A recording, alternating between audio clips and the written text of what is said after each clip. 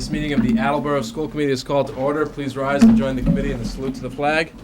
And leading us in the Pledge of Allegiance today are students from various schools from the Attleboro schools. I pledge allegiance to the flag of the United States of America and to the republic for which it stands, one nation, under God, indivisible, with liberty and justice for all. Well done. Thank you very much. So, this meeting, which is being electronically recorded, is a meeting in which we are being joined by students from various schools throughout the Attleboro schools. And they are here tonight because they have been nice enough to, I thought, donate. I found out a few minutes before the meeting that we just sort of took their artwork, and then they got a letter saying that they had donated it. But I'm sure none of them objected to the use of their artwork in decorating the school committee conference room. And so on behalf of the governing body of the Attleboro schools, we wanted to thank you for helping our conference room look more like a room that is focused on the well-being of our current and future students. A few minutes ago, we had the opportunity that each student was presented with a citation and had an opportunity to have their picture taken with the superintendent of schools himself, Mr. Sheehan, in front of their artwork, which will be returned to them in a matter of days, because we have new artwork that's coming in to the conference room to mark the beginning of the new calendar year, which means that you will get these fine pieces of art back in the coming days. So they can go back up in your room at home. I'm sure that they could. Some of your classrooms probably have some space where you can display it. And we just wanted to say thank you to each of you for being willing to help us spruce up room 178E. So you've come from all different schools tonight. Each building is represented by the student artwork that is up on our walls. And here tonight are students from Hill Roberts Elementary School, Studley Elementary School, Brennan Middle School, Attleboro High School, and somewhere else. We get everybody? And Willett Elementary School. Thank you very much. So I'll just read the citation. We have a few members who will be receiving theirs in class tomorrow. The Attleboro School Committee extends its sincere gratitude to, fill in your name, for graciously allowing us to display your artwork on the walls of the school committee conference room. The Attleboro School Committee sincerely thanks you for helping to ensure that the prioritization of creativity and well-roundedness are represented in our venue through your original, vibrant, and beautiful contribution. So to each of you, and I think if we could just scroll through the student artwork, which is up on the screen, because we want to make sure one of the things that, and whose is that right there? Mine. That's yours, right? Ulysses of Brennan Middle School? Okay. Mine. There you go. And not Natalie. Alexa. Yes. Alexa of Attleboro High School. And and this is Mateo's. Well done, Mateo. Excellent work. Okay. Although Mr. Sheehan thinks it perhaps is a picture of him. And whose is this? Troy, who couldn't be here tonight, but we thank Troy. And I believe this is this isn't Eliana. This is Jordan's, right? Jordan, thank you very much. Well done. And those are our events that are coming up. Did we get everybody's? Eliana, can we scroll back?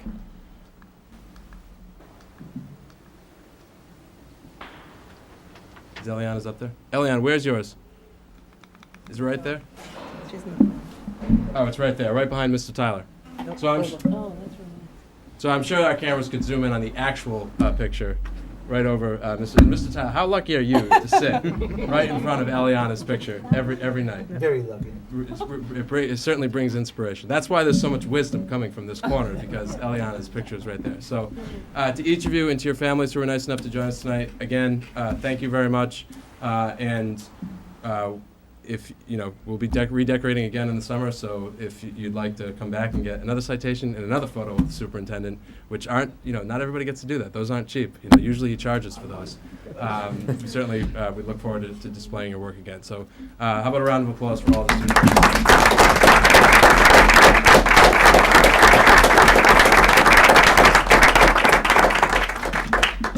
And while you're here, although you shouldn't feel obligated to stay, Mr. Stowe would like to tell you about some events that are taking place in the Attleboro schools over the coming weeks.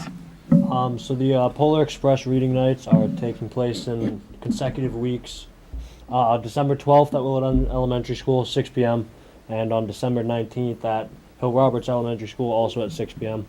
And we have upcoming holiday concerts. on December 17th, 18th, and 22nd. The 17th is 6:30 p.m. at Coella Middle School. The 18th are 6:30 p.m. at Hyman Fine Elementary School and 7 p.m. at Attleboro High School. It's always a good concert. I went freshman year, so well worth it. And then the 22nd at 6:30 p.m. at Peter Thatcher Elementary School. Thank you, And, Mr. Stowe. the Will End Elementary School had its holiday shop last Friday. Just thought I'd toss in that I went. It was really fun. Thank So it you. went really well. Thank you. Thank you, Mr. Stowe. Okay, so we'll take a 2-minute recess now, and then we'll reconvene, and if the families would like to stay to hear about strategic planning and after-school programming and a very long agenda that's going to keep us here for a while, you're welcome to do so.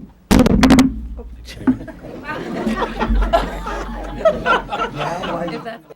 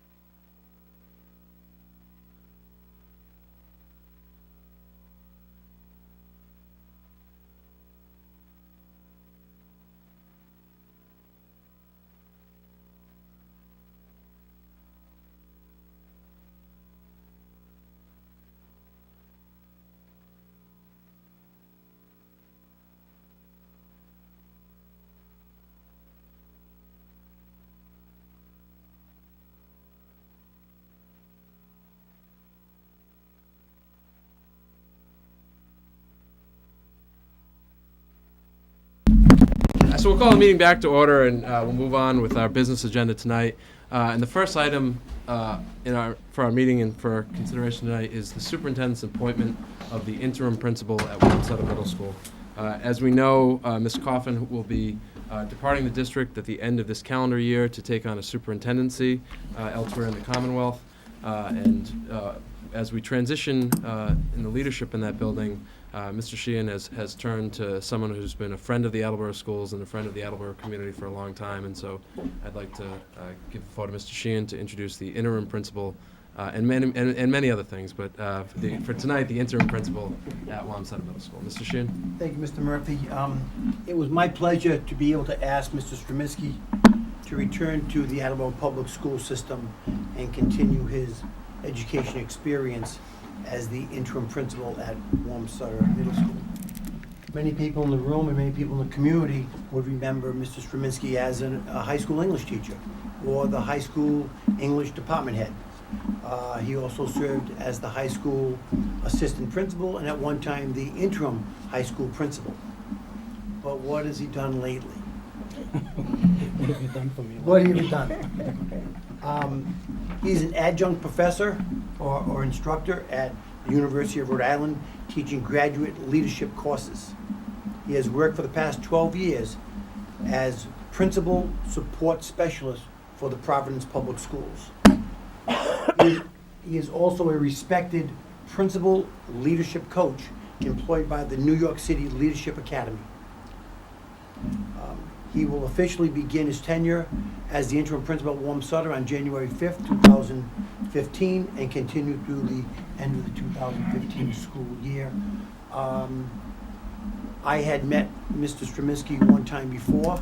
I had known of him through many other people through Rhode Island as well, and I don't think that we could have a better person in the city of Attleboro for the next 6 months or half year going to the Warm Sutter Middle School. I know that it's going to be in great hands, and I have a lot of confidence in Mr. Stremiski to not just do the day-to-day operations, but also help in the leadership capacity within that school. Thank you, Mr. Sheehan. Mr. Stremiski, welcome. Well, welcome back, I guess I should say. It's been 20 years. I know. Well, you've moonlighted here and there. I used to eat lunch in this room. This was the faculty dining room years ago. Now we get. It didn't have this type of artwork, however. No, it didn't. That's true. They probably would have charged more of those if they did. So, but in all seriousness, Mr. Stremiski, I think the school committee is extremely grateful to you for supporting the district and assisting in this leadership transition.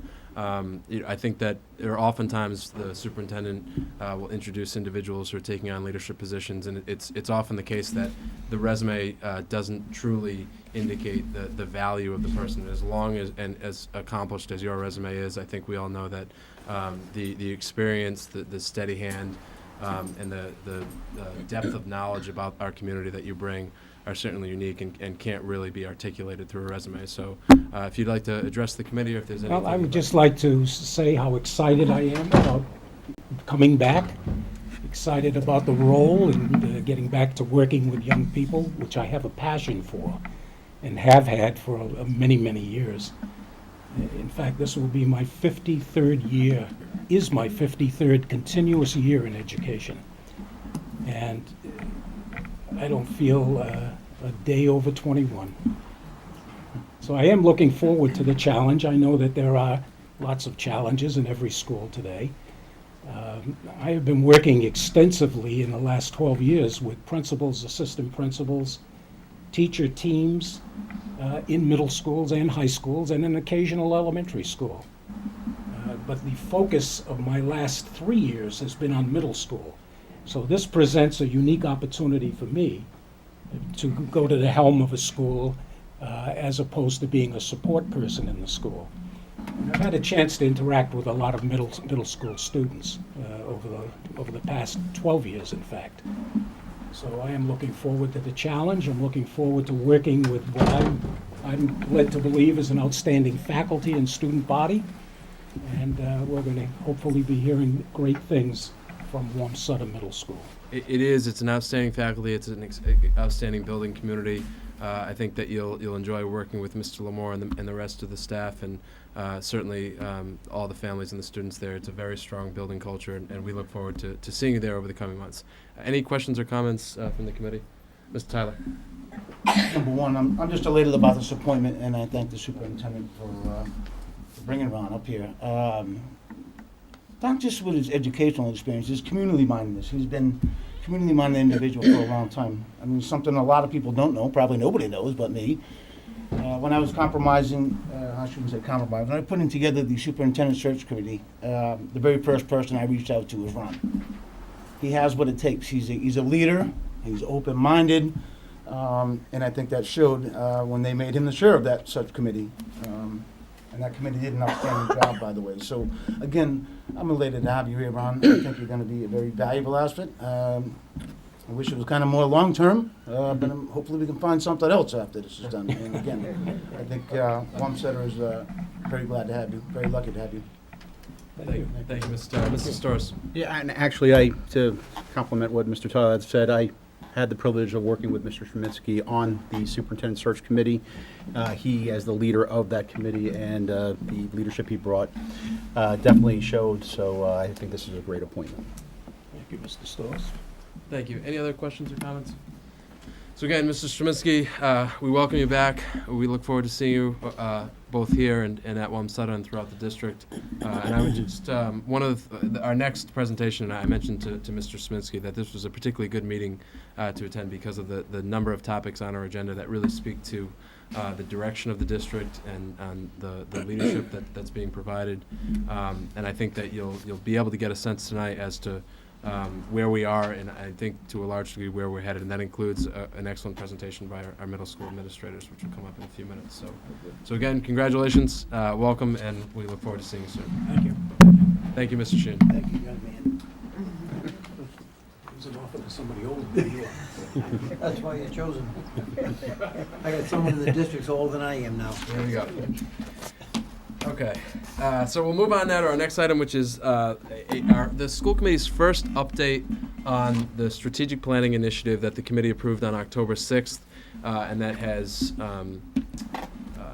taken up a lot of time, but I think from the report that we're seeing tonight, we can see that it's good time of the co-chairs, the assistant superintendent, Mr. Sawyer, and the vice chair of the school committee, Mrs. Scales.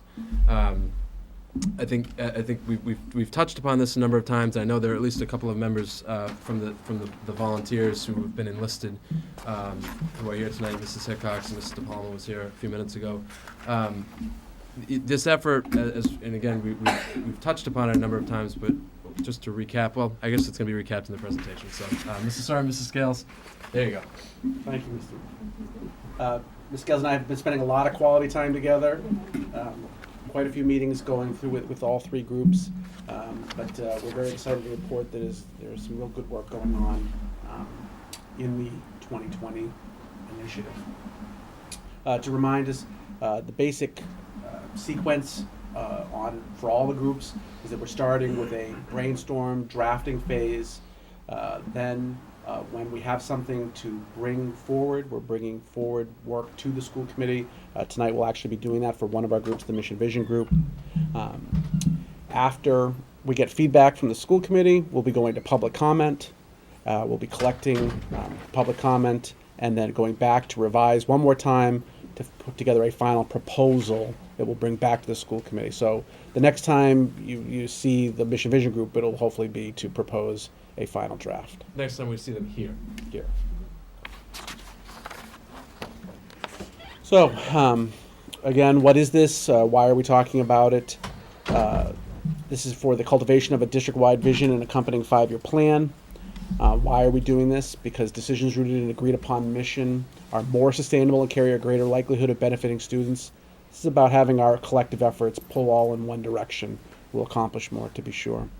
And the who, well, this is for the school committee, the administration, and the leadership advisory board. The decision-making bodies in the district will all be informed by these plans. The various groups, again, there's Mission Vision, there's strategic planning, and public engagement. They have all met.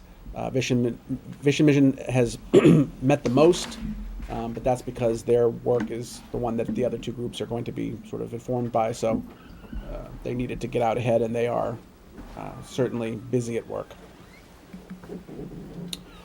As a quick update on the other two, strategic planning has worked on developing the outline of what the strategic plan should look like. We've looked at exemplars from other districts, and we've sort of reached the conclusion that we want to organize our plan around 4 pillars, which we have identified as learning, engagement, culture, and infrastructure.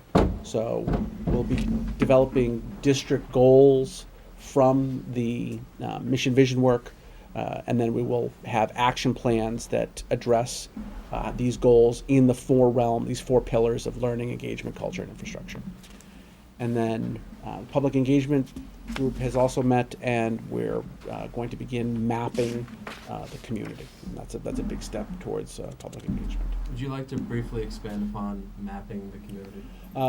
If we're going to truly engage the community, we have to really fully understand and remember who all the various constituencies are. A lot of times when we think about public engagement, we just automatically go to the people who are obvious. We start with, all right, well, the parents, and then, oh yeah, maybe not just the parents. Well, let's not forget the Rotarians, and you come up with a couple groups that are the people that are your go-to. But if we really fully want to engage the public, we need to do a much deeper effort to fully map out all the different groups that exist in the Attleboro community, because they all have a stake in our school system, and we want to make sure that we are not forgetting anybody when we make efforts to communicate who we are and what we're about. The lawyers without kids. No, nobody wants to talk about that. All right, so the Vision Mission Group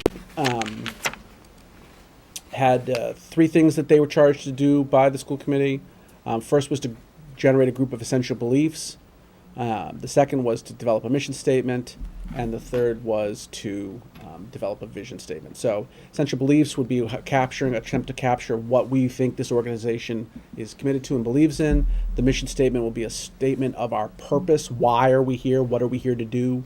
And the vision statement will be an expression of our aspirations. What do we want from the Attleboro Public Schools in the future, so that we can create a strategic plan that takes us steps towards that eventual future. So at this time, we're going to talk about the work of the Mission Vision Group. So I think we have a couple members from the group who are with us tonight, so if they could join us at the table. We're going to go over our... We lost one or two. I know Mrs. Hickox is still here. And we have Tammy Miller. Miss Miller's here. A lot of my old teachers here.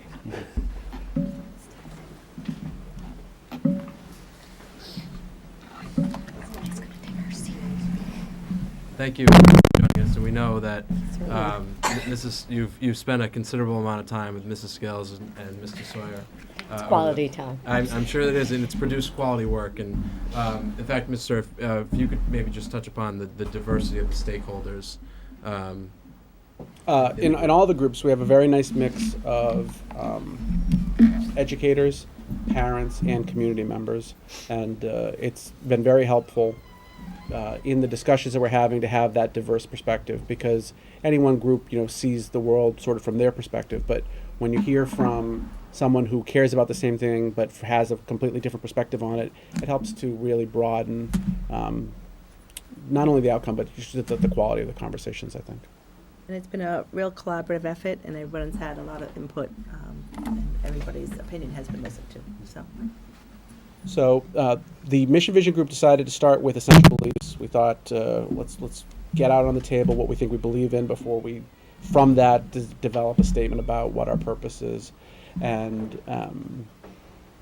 we had, I think, very rich discussion about our beliefs. We went through several rounds of first just brainstorming all the things that we thought of, and then trying to synthesize those sentiments into coherent statements that really express something that we thought was worth saying.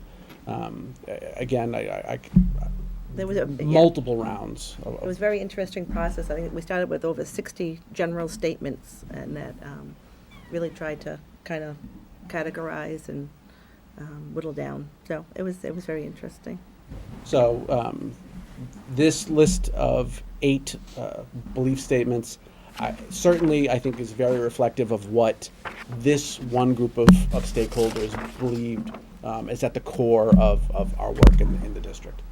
So the first one is that learning is a shared responsibility among students, schools, families, and the community. The second is that a safe and respectful environment is necessary for learning. The third is all students deserve challenging and engaging learning experiences that have value in school and beyond. And the fourth was all learners need varied and personalized learning experiences that will provide opportunities to develop and apply knowledge and skills. Continue. Success for all students requires stretching beyond perceived limits through effort and perseverance. Progress and success are reliant upon continuous learning, reflection, and growth.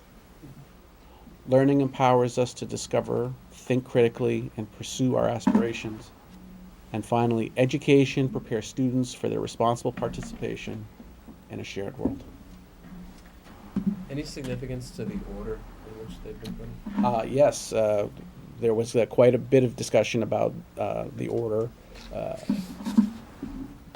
I wouldn't say that they're in a priority because we think that all 8 are very important, but they were picked to have a certain flow to them so that they read in a way that one built off of the next. Any of the group members want to comment or? Oh, he's dead on, and I'd like to reiterate that we had very spirited discussion. And I believe I said to you in passing once that, you know, it looks like so little after all the work and the countless meetings, but now that I'm seeing it through others' eyes, you know, we're happy with it, but we understand it why has you a had to be vetting here so many process. But again, I want to speak to the amount of people and the myriad people that worked and are still working together, and that made it very meaningful because, you know, I see it from the eyes of an educator, but to see it from community members and to meet people, always respectful, very spirited conversation, right down to words, periods, commas. I mean, and we're still in progress, as you can see. But yeah, the assistant superintendent is representing our work. Sure. Any questions or comments from the committee? And as the committee understands, this is just a draft, and we do know that, you know, we welcome any and all feedback from the different stakeholders out there. Mr. Larson? No, I just, you know, listening to them and knowing the time commitment that's been put into it, I think it's an impressive start, I really do. I mean, I think people involved should be very proud of where we are at this point. What occurs to me is the degree to which the complexity of the organization is conveyed, that the sort of multifaceted nature both of the school system as an organization and of the types of challenges that the district faces, both in terms of its day-to-day challenges just to succeed and to excel, but also to make the progress that we know is necessary for students to succeed in the 21st century. So. Any other questions or comments related to the essential beliefs before we move on to the draft mission statement? Okay, we may end up going back. Yeah.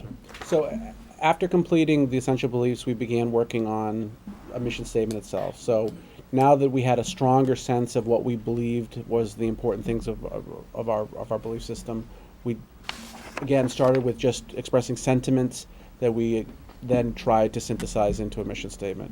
Again, the mission statement is an attempt to express what the purpose of the organization is, what we're all here trying to accomplish. And a good mission statement, according to the research, should be, you know, short enough that everyone in the organization can, maybe not say it word for word exactly, but can certainly paraphrase what's being said in it. So it's a real challenge to try to capture all that we do in a sentence that, you know, isn't too cumbersome.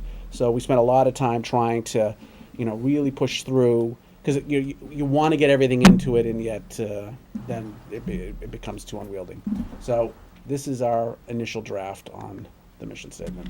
Attleboro Public Schools will develop and deliver relevant learning experiences that engage, inspire, and challenge all students to reach their unique potential and improve our world. We'll give it a second to settle in. Then we'll take a straw poll. Chew on it for a second. We can come back to both of these in a second. The point I want to make, though, is this is a starting place, not an end point, right? We needed to develop these drafts so that we could put them out publicly for comment. So everyone on the group, although we feel really strong about the work we've done so far, we all know that we need to have a thick skin, because we're putting these out so that people can make comment, provide feedback, to give us the information that we need to help make these things better. So we did not try to really, really polish these statements so that we became very protective of them and felt like they were finished products. We wanted to create things that we thought were close, but want to be able to, again, gather feedback so that we can cast a wider net in terms of the reach of these statements. Sure.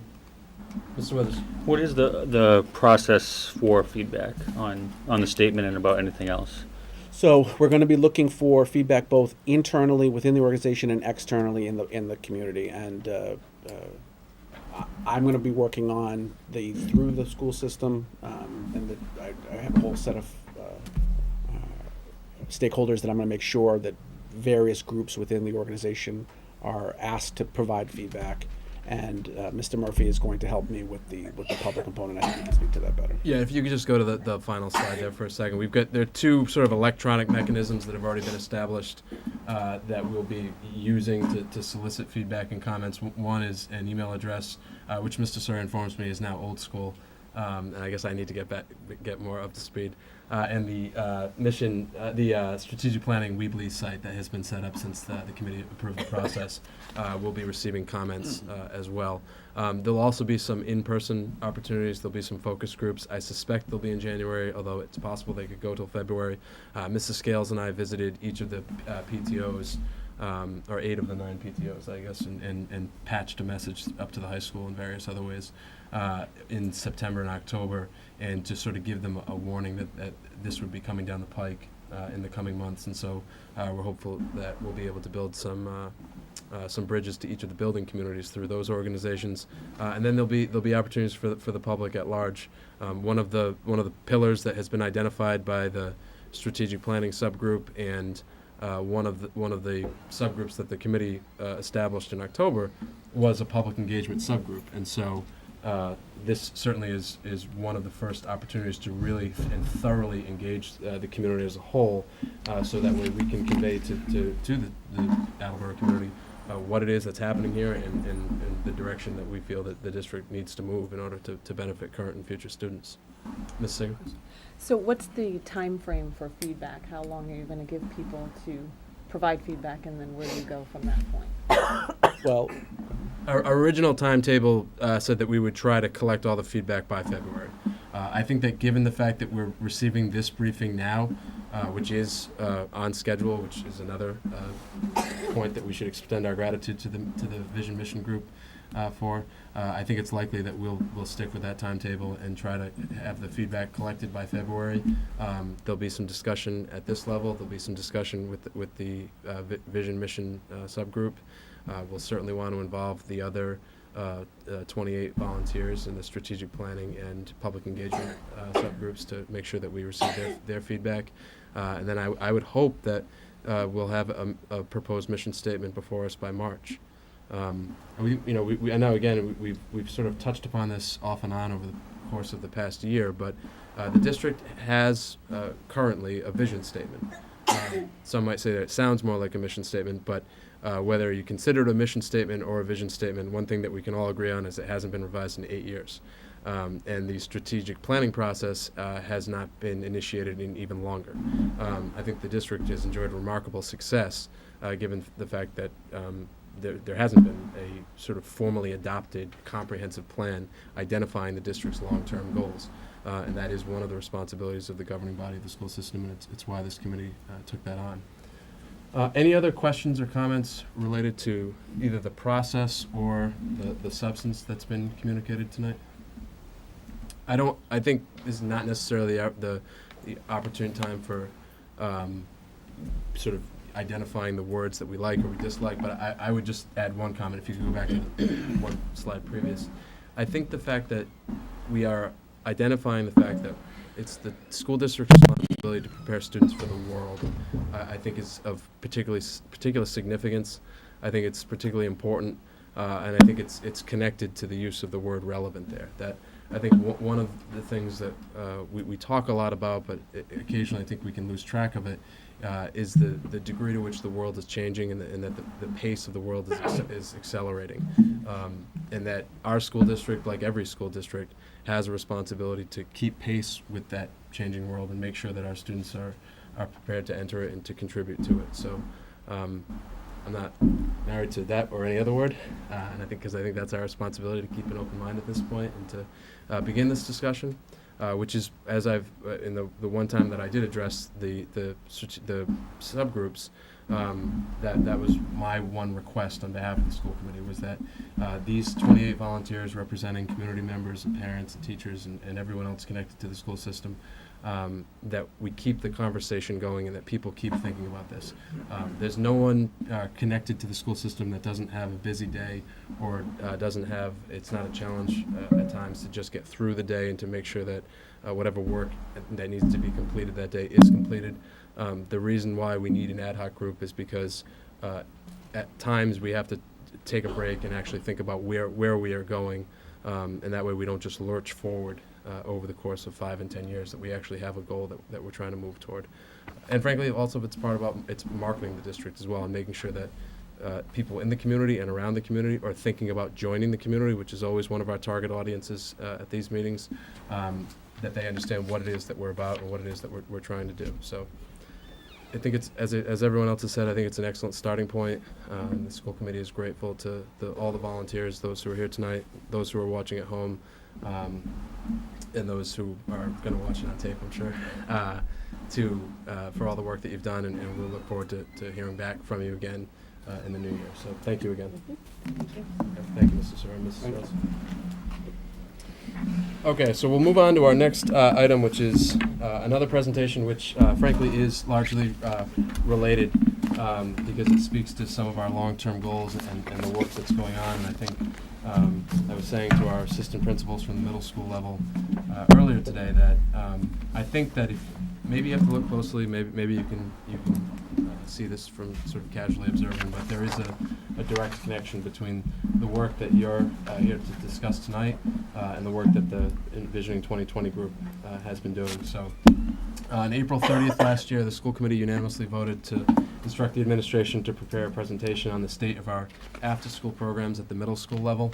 The committee's question was essentially, where are we and where do we need to go, and what are the educational benefits that that this could yield for our students if we're able to get there. So Mr. Sheen, if you'd like to introduce our middle school administrators. Yes, the three middle school assistant principals are to my left, starting with Glenn Bryant from Brennan, and Fred Souza from Coelho, and Ray Lamore from Wamsutter.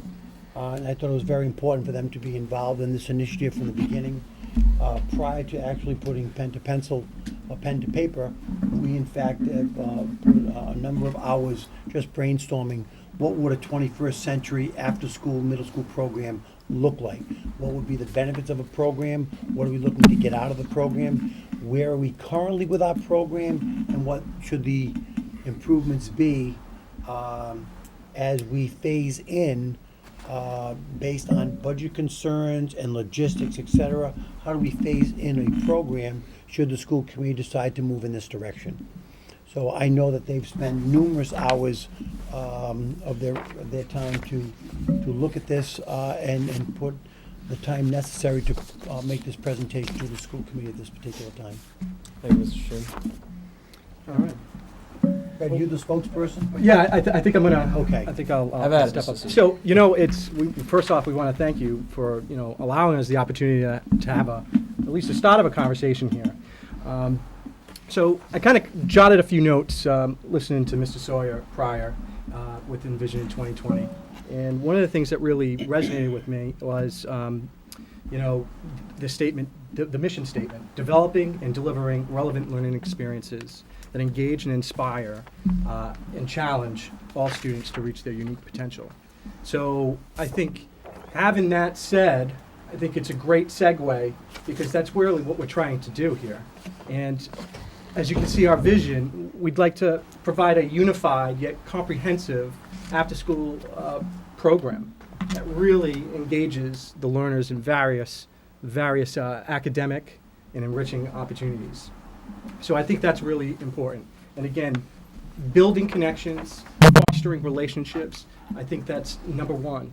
Because we know by having these programs after school, the research does say it increases, student achievement. It also decreases on, student discipline, more buy-in to the school. So I think it's really important to look at what we have right now currently and where do we want to go.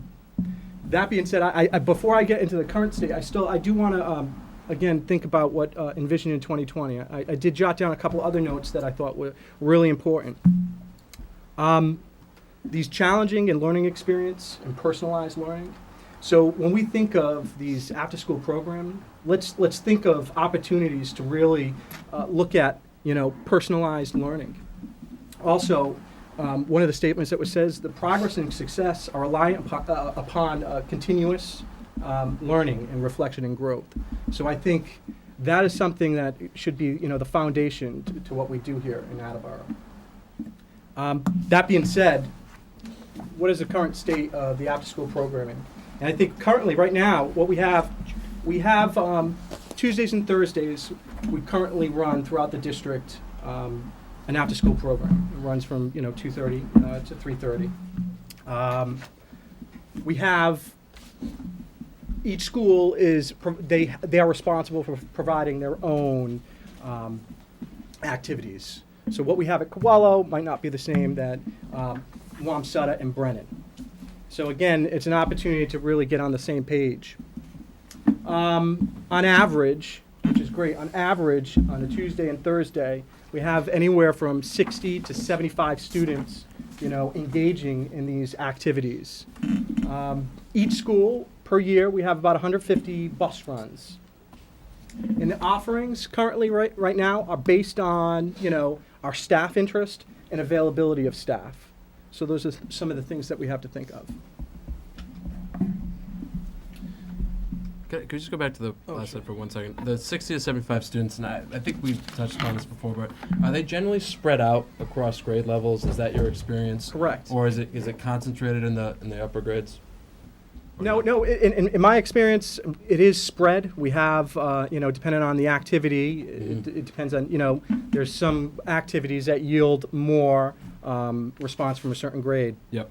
And some of the activities could be geared towards particular grades. Like, for instance, and I failed to offer you what some of the activities that we have. We have creative writing activities. Some teachers run a creative writing.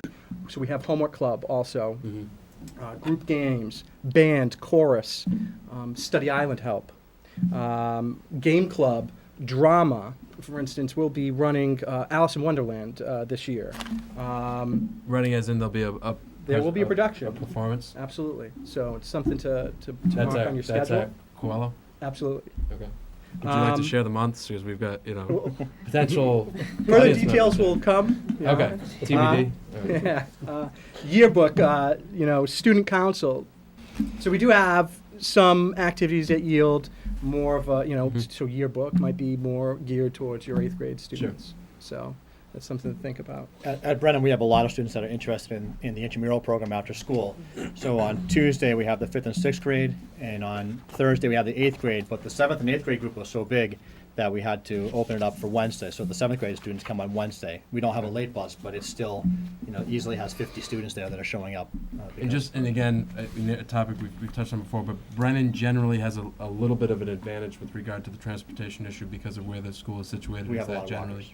walkers. Right. And Wamsutta has the same format regarding intramurals. We have 5, 6 on Tuesdays and 7 and 8 on Thursdays. Any overflow into Wednesday or? No. Okay.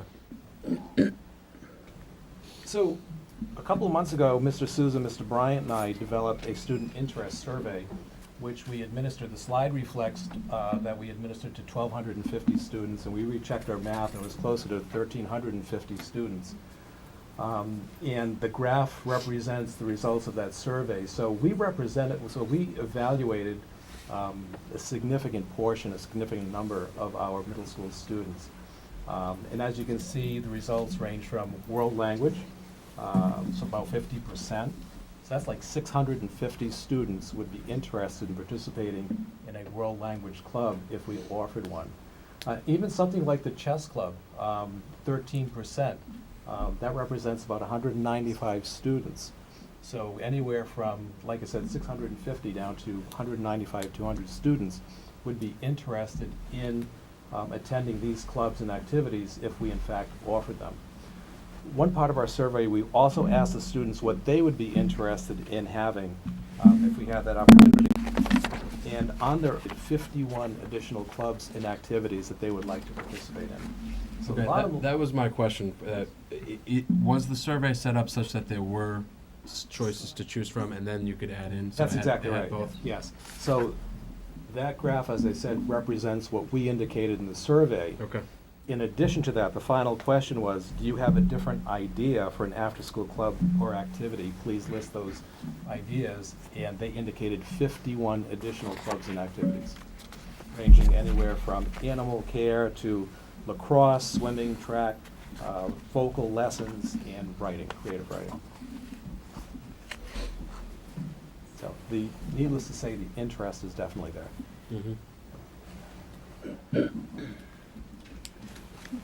So, diving into the field of dreams, if we build it, they will come. And I'm going to put Tyler on the spot here. I love seeing him here because he kind of exemplifies what our students in Attleboro want.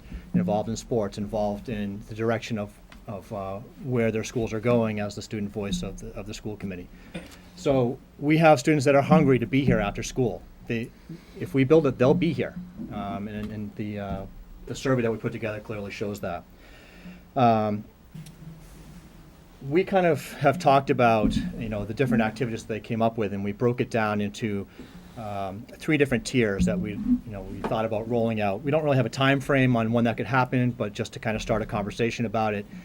So tier 1 would be probably the easiest expansion on the current state of the after-school program, which basically would be doubling the existing program from 2 days a week to 4 days a week. We actually talked about starting the school year by doing a student survey to find out what the students were interested in, and then possibly at each of the 3 middle schools developing the program on a yearly basis based on what that particular group of students is looking to have offered after school.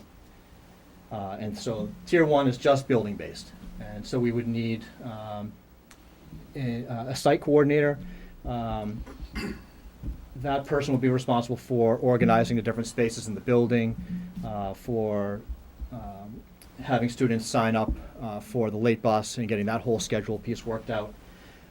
We would need to look at developing a budget for each middle school, looking to develop stipends for the positions and posting protocols for those positions, and analyzing the transportation needs.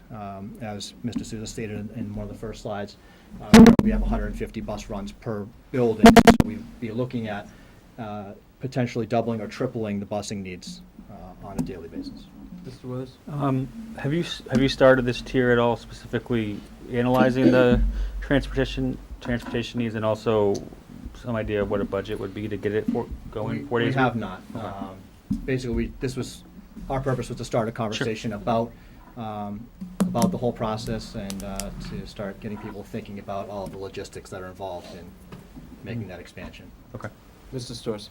So of the 150 bus runs, how many, because it's 2 days a week, so how many buses are running on a given Tuesday or on a given Thursday for each school? Right. At Brennan, we have 1 bus that runs on Tuesday and Thursday.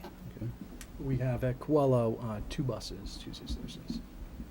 At Wabasada, we have 2 buses on Tuesday, 1 bus on Thursday, and depending upon student involvement, we may have a special education minibus. And that's consistent historically, right? The last few years, it sounds like about the right numbers that we've had, the same numbers we've had. Mr. Stowe? When you said you are looking to increase the activities from 2 days to 4 days a week, would that include creating new clubs, or were you just going to double the time spent in the clubs that you have now? I think it would involve increasing the number of clubs. Okay, thank you. I would just go back, again, every time that this is discussed, that we always spend a considerable amount of time on the transportation issue, because if students are going to spend after school, we're changing a significant variable in the way that their school day operates. We've got to make sure that we've got a way to get students home and back safely, efficiently, and in a way that allows the programs to function. I think that one of the points that this committee has tried to make is that we can't be advocating for a greater investment on the transportation end until we tell the community what it is that they'd be paying for. And I think that sometimes in the past that debate has sort of been somewhat upside down, where the school committee has said, well, we just need more buses and then we'll have after-school programs. And then the community member might ask, well, what would students be doing? All we can really say is they'd be getting a ride on the bus, which is good, but they need to be getting a ride to and from something. And I think the point that I think that you're making effectively in this presentation is that there are programs that students can benefit from. There are programs that students want to participate in, and if we can develop them, then I think if that's the point where we can effectively advocate for that investment. So. I think one of the important things to note would be not only do the students want to stay after school for extracurricular activities and sports and clubs, but there was a huge demand for students to have the opportunity for tutoring and extra help after school as well. So adding that extra 2 days a week would do a lot to boost student grades and performances as well. Yes, thank you, Mr. Bryant, for a point that is not made as often as it should. Mr. Willis. Would there be any, or has there been any coordination between the schools in seeing that the programs are similar across the 3 schools? So the schools at Quello are getting the same opportunities as the students at Brennan and vice versa. I know that's always been a quest is to try to have the 3 schools look as similar as possible with the offerings. As was pointed out before, right now what's offered after school is limited on what staff availability is for what staff is looking to put forth for students. Mm-hmm. Can I just push back on that point for 1 second? Because I think that we've talked, and this committee has advocated for the idea of a district-wide coordinator to try to bring these efforts together. And I think that's good. And I think that the after-school vision should be cohesive and it should be coherent. All that being said, I don't personally want to see identical programs at all 3 buildings. If they're working, then I'd like to see them emulated at the other buildings. Sure. But I think that one of the benefits we have of having multiple middle schools that are all faced with similar, if not identical, challenges is that you can serve as laboratories against each other, and you can determine what works and what doesn't, and what works for one building and what doesn't. But the middle schools and the administration should not feel that this committee is imposing a mandate to have identical programs. We want better programs. We want robust programs, and if it's working at one building, then the presumption should be that it should work at another, and if it doesn't, then just explain why. But don't feel the need to sort of hold back because the other 2 schools might not be ready. It's incumbent upon those of us in the district leadership to say if something's working in one building, let's find a way to bring it to the others and to allow those buildings to grow at their own pace, if that makes sense. Sure. Mr. Shin? I just would like to, in our conversations, I don't want it to be missed that the committee should know the different philosophical approach by which they're looking at these type of programs based on how programs are initiated. Could you share that with the committee on what currently exists and how programs are initiated and what we're looking for going into the future? Well, one of the things we would like to change is coming from a more of a teacher or advisor-centered list of activities to a student-centered, student interest-based list of activities and clubs. Yeah, I think that makes sense, but could you just sort of expand upon that as to why that's necessary to sort of, you're talking about sort of building the capacity, so it's not dependent on an individual who happens to be at that building at that particular time, correct? Right. Well, as the slide indicated before, there is so much interest, not only in the clubs and activities that we proposed on the survey, but also the 51 additional activities that the students proposed as well. So the interest is definitely there. Sure. And we want to develop something that, you know what, if we want to develop something that's going to stay. Right. So if we leave, this program is going to continue on, and I think that's important. And I think if we develop something that is going to continue going, and we invest our time and invest our supports here, then we're going to see this, continue. And whether it's myself running, an after-school intramurals or someone else could step in my stead and continue on with that. And I think that's what we're trying to do. We're trying to develop something that's going to really take root. Sure. Some part of the culture of the community. So, looking at the math of the buses, so currently it's 150. Now, that equates to individual buses, not like, so when you say a bus run, it's one bus. So, in a given week, it looks like we have about 9 buses between the 3 schools. So, divide the 150 by 9, you come out like 17 weeks, it looks like we're operating when this. No, because you got to multiply the 150 times 3 different schools, 150 per school. 150 per school. Per school. So right. You have to divide the 9 into the 450. Okay, so it's about 3 times that, but still, even when you triple the 17, it falls short of the total year. So what do you guys normally do? Do you have a program and then a break in between and then start back up like a few weeks later? I know at Brendan, our programs run consistent throughout the school year, and we usually end the program, would you say April, end of April that we? We usually go to the 1st of June. 1st of June, okay. But you have the benefit of only needing Only one one bus. bus. Almost ended it in April last year. Yeah, So right. for the other schools? Told not to. We're strategic on, we have to map it out. And so, if there's weeks maybe before a break, or there's, where we say, okay, we won't have our, we'll have to or either postpone our afternoon activities, so it can last the rest of the year. So In the conversations that we've had, there's 100 hours worth of work goes into this 20-minute presentation. The reality is that there will be programs, in fact, that may last for 1/4 of the school year, or 12, 15 sessions. There may be another program that lasts all year long. So depending on what the program is, what the interest in the program is, et cetera. But the interesting part is that it is about what students are interested in, what we can offer the students, how we can guide the students, and try to get the resource necessary. And it's not just what a teacher feels like doing after school, like a creative writing thing. Now, that's certainly very, very valuable, but there are other entities by which kids would prefer to stay after school to do some other things as well. Yeah, the issue is we're grateful that we have teachers that are willing Right. to take on those interest things, and they have a passion, and then next thing you know, that school has an after-school program.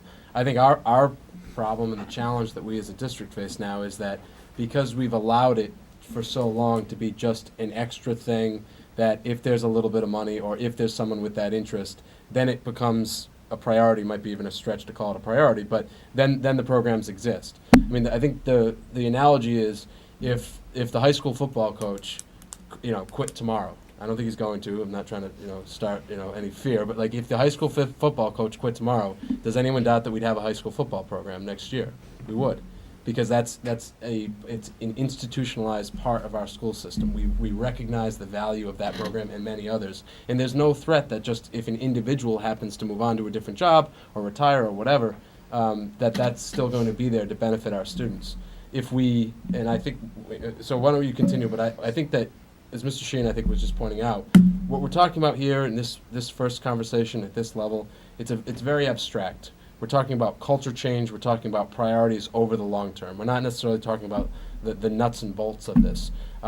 It's good to get a sense of that from an anecdotal standpoint, but the point is that we as a district have to decide if we're going to value well-roundedness in a way that these programs would support. Before we move on to the next slide, there was one thing I did want to point out, and I was glad that you said it, was that the programs at each of the 3 middle schools didn't exactly have to mirror what was going on. And that was the point behind having the student survey every year, is that each building and each group of students from year to year has a different fingerprint. Sure. And while there may be some programs that would run successfully in all 3 buildings, I know that, and it's probably the same thing that you guys do, if we have a group of students that comes forward and say, we're interested in a crochet club, we always say, hey, if you can find a teacher that will come forward and run that club for you, we'll put it in place. And so we have had a crochet club for just 1 year, or a dance club for just 1 year, depending on what that student interest Sure. is. Thank you. Next slide. So the next slide, and a lot of this, again, is the feasibility and the logistics involved. Tier 2 rollout, somewhere down the road, would be district-based activities. So now we're branching out of just our own school. Students expressed an interest in interscholastic sports programs and clubs where they could meet other students throughout the district. This pushes us into needing a district coordinator who needs to look at where that district club would meet for that time period.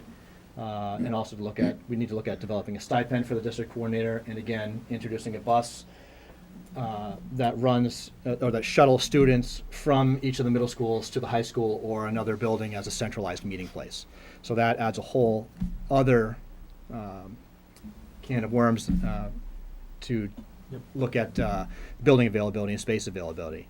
Mm-hmm. We kind of just focused in the survey on things that weren't offered by the city already, such as the Pop Warner and soccer and basketball, very successful programs in the city. Mm-hmm. But those city programs use our facility. Sure. And I know that the Brennan Gym is booked solid from, October to May. Right. So we'd have to look at space availability as Sure. well. So one of the biggest pluses that we have in this district is that we have 3 middle schools that in fact could be in competition with one another and creating school spirit, et cetera. They get to know each other coming to the high school in that way, but there's no reason why we can't have a math club that actually competes with the other 2 schools in a math competitions a few times a year, or a spelling team or a spelling club, a chess club, cross country, boys and girls volleyball, basketball, whatever, but we can utilize our 3 different middle schools to compete against one another, create the spirit for their schools, and it's a healthy competition to get to know each other within the community as another type of tier or phase to an after-school program of what that would look like. No, I think that's important, because I think that one of the things we need to always keep an eye on is why is it that we're prioritizing? Why is this important? And the point is that it's an element of student development that we think we could do a better job on. Another consideration too is that we're creating a feeder system Mhm. for the high school. Yep.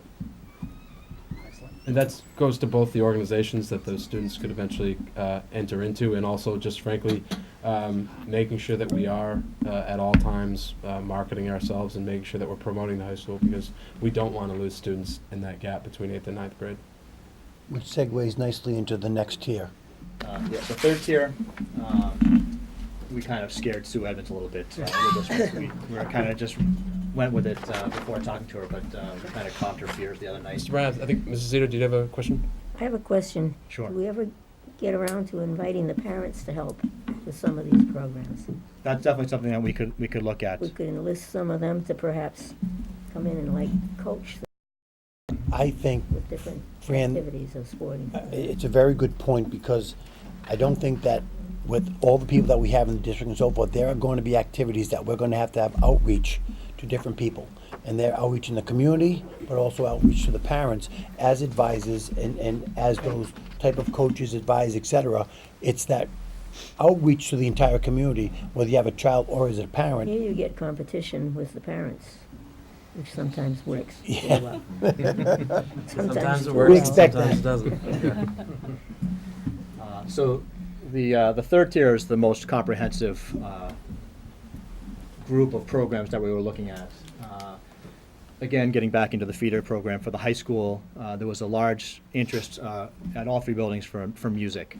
Not only just band and chorus, but also vocal lessons and guitar lessons. And, there's a real hunger for students to be able to participate in those things after school. We looked at or talked about possibly developing a feeder system for the CTE program. Right now, we lose a certain portion of our students to Bristol Aggie and Tri-County and for programs that we don't offer here at the high school. But there was a large portion of students that were interested in possibly having a pre-vocational program, whether it be woodworking or automotive, animal care. Those were all topics that came up. So in talking with Sue Edmonds, she said that there are actually some other programs in the state. I think there's one in Fall River that has had a very successful program, something that we could look into. But that would also, again, bring it to the issue of space and availability of staff willing to run those programs. The Algebra 1 program, you want to expand on that? I think it's a great opportunity to start thinking outside the box regarding, our, let's just take STEM, for instance, or STEM careers. What are we doing at the middle school level to kind of, again, I like to use that word, create a pipeline for the high school. For students that, we do run an Algebra 1 program in grade 8, but we could really think outside the box. What about those motivated, other motivated students that might want to pursue an alternative route to maybe get to that Algebra 1 in grade 8? So it's really, thinking outside the box when it comes to an alternate programming for students. So this is certainly an opportunity to think about that. Also the foreign languages. Again, to introduce some of these topics. And I think we certainly will have, the student body to really house these. And in fact, if we have this algebra, who's to say it couldn't be, at Brennan, or where we can, again, shuttle these students to this place where here they are, they're gaining that experience to get them to the point of, grade 8 algebra. So I like to think of this as a really great opportunity to really think outside the box. And again, STEM would be one of those areas that we can look into. And the foreign language piece, we don't currently offer foreign language at the middle school level, and there was a huge student interest for Spanish, French, Portuguese, Mandarin, Chinese, because they know that they're going to have some exposure to this at the high school, but there is a big interest out there for that. I mean, I don't think there's any doubt about that, and certainly there's interest throughout the community in trying to incorporate these programs into the educational opportunities that we offer our students. I think that thinking outside the box is a good way to look at it. The reality is, we all know that the state does not give us the flexibility that we would like at times in terms of how parts of our day are structured. I think it's one of our responsibilities is always try to find ways to incorporate as much flexibility and educator empowerment as we can into each building.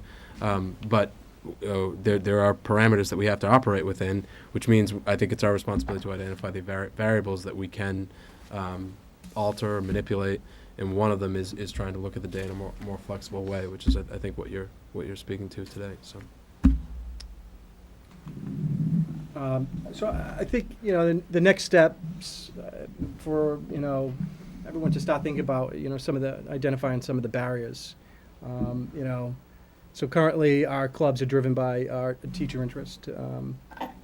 Thinking about establishing a budget and stipend schedule, including a protocol for postings. Thinking about the bus runs. Need to think about students and transportation and how long to get students from the school to home in a timely manner. And again, one of our concerns, as Mr. Bryant said before, was facility concerns as far as their gymnasium is being booked from October straight through May, June. So it's a concern to try to think about what's the if we're going to take precedence, the schools and the students in the after-school program gets the precedence over the gym at their particular building.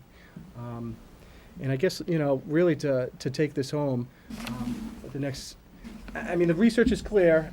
I felt compelled to at least put some research that really grounds us in what we're doing and the importance. Again, We like research. You don't have to feel compelled to do it. Okay, so Any reason to do something is a good thing. It's a good thing. That's right. But We didn't pick after-school programs out of a hat as to something to talk about tonight. We think it might help students, and we've got evidence to suggest that. Correct? Absolutely. And again, I mean, the research just clearly states that, the more we keep our students in school and educated, in these, comprehensive after-school programs, the better they're going to be. Let's thinking about a student being the culture of the building, where students are buying into what we have at that building, and students are, engaged in that learning process. Not only engaged in that learning process, but potentially being, creating that learning process.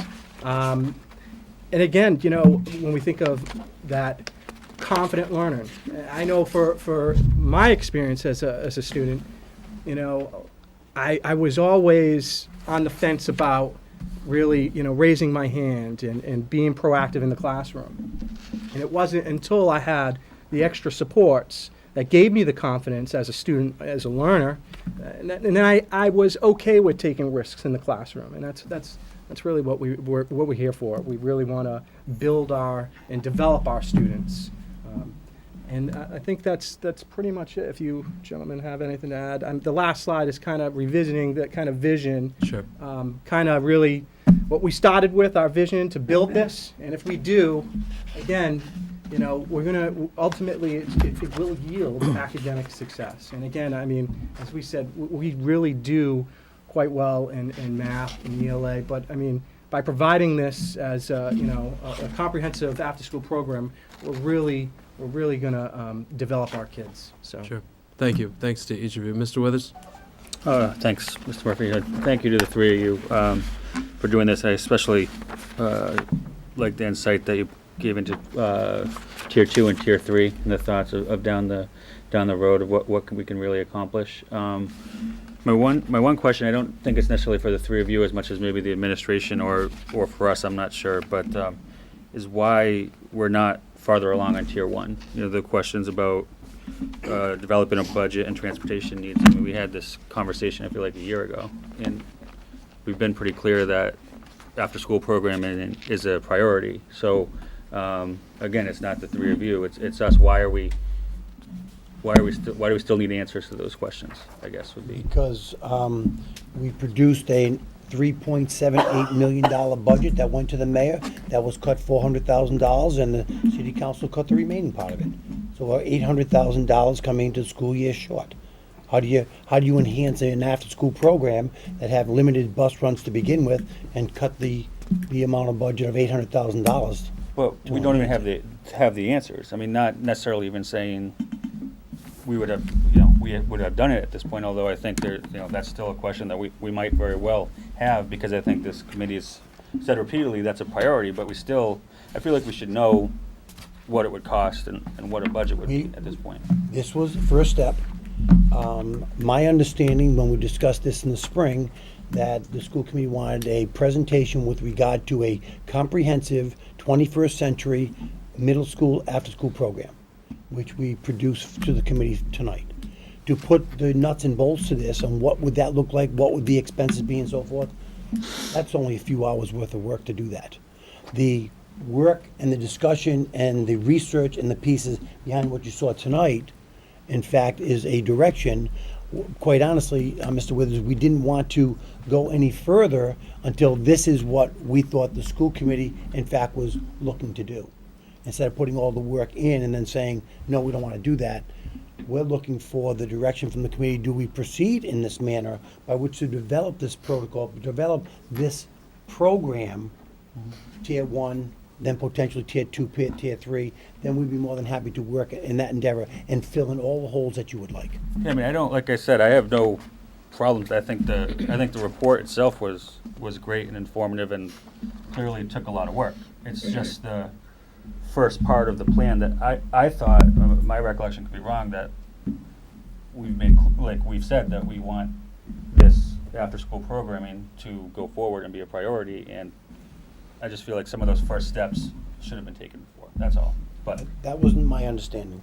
Ms. Singer? I'm sorry, I was just gonna kind of reiterate what you said, and with all due respect, I do think, this presentation was phenomenal. It was very impressive, your vision, and yes, that is long overdue in our opinion, I think, correct me if I'm wrong, what we were looking for from an administrative standpoint is the nuts and bolts to tier 1. I think we all feel like we are fairly behind from that perspective, and I think that was at least my impression of what was asked for back in the spring. Did the committee expect to change the after-school programming this year?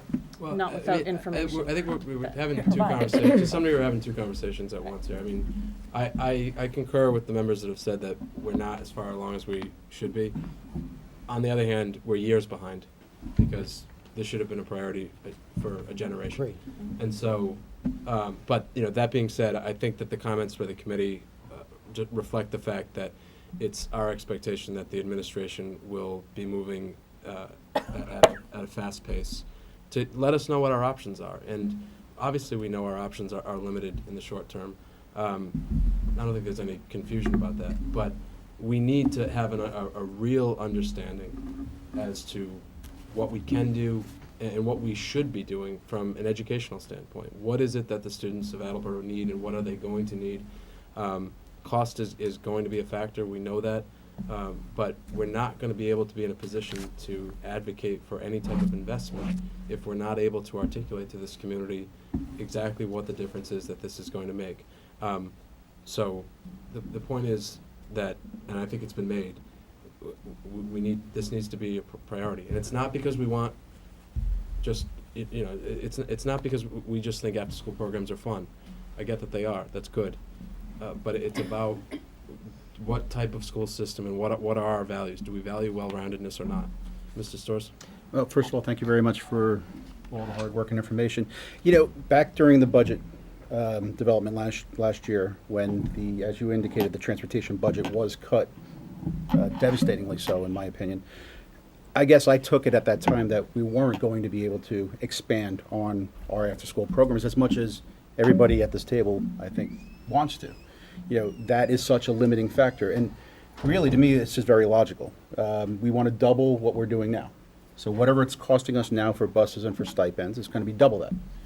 It's probably not too difficult to get that information ultimately. Well, so really, that's what it comes down to, about twice what we're doing now. That's the thing, though. I think we want to be very careful about this, because this isn't a nuts and bolts presentation. This is a presentation about how do we articulate our values and what type of educational culture do we try to cultivate within the district. Now, that is not as simple as just doubling our bus budget. And frankly, we go back to the spring and to our well-documented exchange with the municipal government regarding transportation funding. Had that original number stood, which it hasn't, it's already been supplemented significantly. Had that number stood, we wouldn't have the money to get students to school for first period, never mind after-school programming. So, I mean, that I think it's sort of a whole separate conversation. This is not just about doubling the transportation budget. That's not the issue. This is about identifying what do we as a school district want to prioritize, what do we want to value, and what benefit would students enjoy if we were to develop this type of vision and start to build that process forward. That's the conversation that we're having here tonight. Once we have a vision, once we have a proposal in terms of what the program should look like, and again, as Mr. Withers and Mrs. Singer have already said, this committee is eager to hear more specifics and get a sense as to the administration's direction on this. Then we can have the conversation as to exactly what would this take and what are our limitations. But I would say, from a feasibility standpoint, and from an educational standpoint, there's nothing simple about what has been communicated here tonight. And what we're talking about is a sea change to a large degree. It's about changing for a community and for the families within a community and for these buildings. What does the school day look like, and what is offered throughout the course of the school day? And we don't have as much freedom with regard to that as some people might think, a municipality should. But we've got to identify where we do have flexibility and operate within that in a way that benefits students. So it is, as has already been said, it's an excellent presentation. It is a first start. It is long overdue, and that means in the short term and the long term, it's overdue. It's something that we as a district, we've got to do a better job on. The students and the families deserve better, and I suspect there's a lot of there's a lot of good work to be done, and this conversation will certainly continue. So, Mrs. Storrs? I just want to reiterate so that the administration and these gentlemen understand what they're being really tasked with. Are we looking for next year to have it defined what each school would want as far as the expansion per the Tier 1 recommendation and the costs associated? Yeah, I mean, we certainly want more. We need more specifics. That's definitely true. So that is very clear. There are members, and I agree, the more specifics we get and the faster we get them, contingent upon them being accurate. Specifics that come quickly but then prove to be inaccurate aren't particularly helpful. Is it the goal of the school committee, I want to go bounce off what Mr. Storrs is saying, is it the goal of the school committee to change and implement a different middle school, after-school program this year? Well, I think what I would say is that I think the middle school administrators have well articulated the fact that this is a process that has to happen in phases, and that yes, it's going to happen. It is happening more slowly than we would like, but ultimately it has to happen because, and I think this is a point that sort of underlies what's been said tonight. This isn't really a choice. Other communities, there are students that are going to graduate from other communities where they are valuing well-roundedness in a way that the school day is expanded in a way that works for families, works for students, and works for educators. We can choose to be one of those communities and make sure that our students arrive at Attleboro High School, and again, hopefully they all eventually arrive at Attleboro High School, and that's the norm. They understand that that's part of a school day, or we can continue to have some clubs that run on Tuesdays and Thursdays. And I don't doubt for a second, given the people that are running those clubs, that those students are benefiting enormously from those clubs.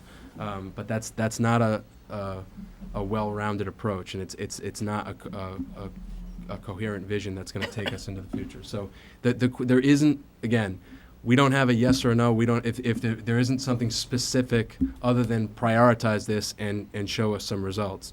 But it's not like we can just say, like, we want a basketball club and we want it at every school, although that would be good. You know, we want this to be prioritized by our school system. Mr. Withers?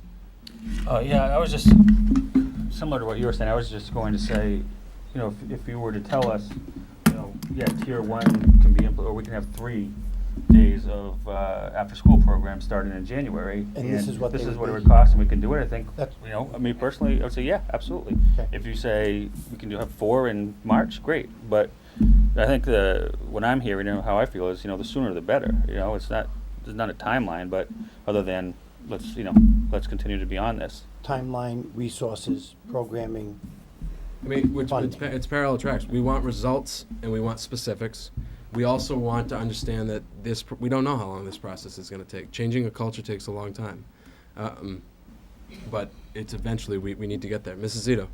One of the things that sort of inhibits what we'd like to do is finances. Right.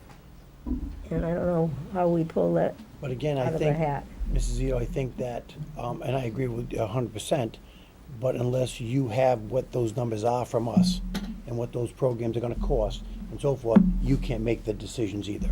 So you want more specificity to this, what it looks like at each individual school, what that transportation cost looks like, what those program costs looks like, et cetera.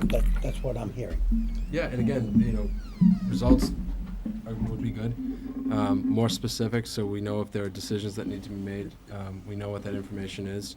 But also understand that there's no magic bullet. If there was a magic bullet with a price tag, then we'd map it out and we'd say it's going to take this long to pay for it, and we'd do it.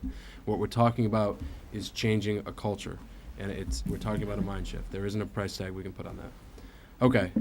Again, as you can probably tell, this conversation will continue.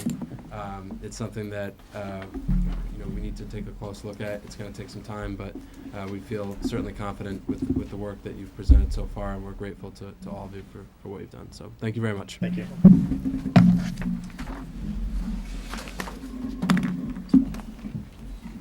Mr. Sawyer has waited patiently to talk to us about the changes in the elementary school report card structure. And this is an issue that would have been presented to the Curriculum Instruction Subcommittee for some vetting.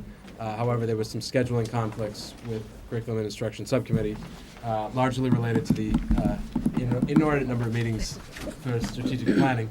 And so we pushed this right up to the committee so that way we can make sure the committee and the community is informed. So, Mr. Sawyer, report cards.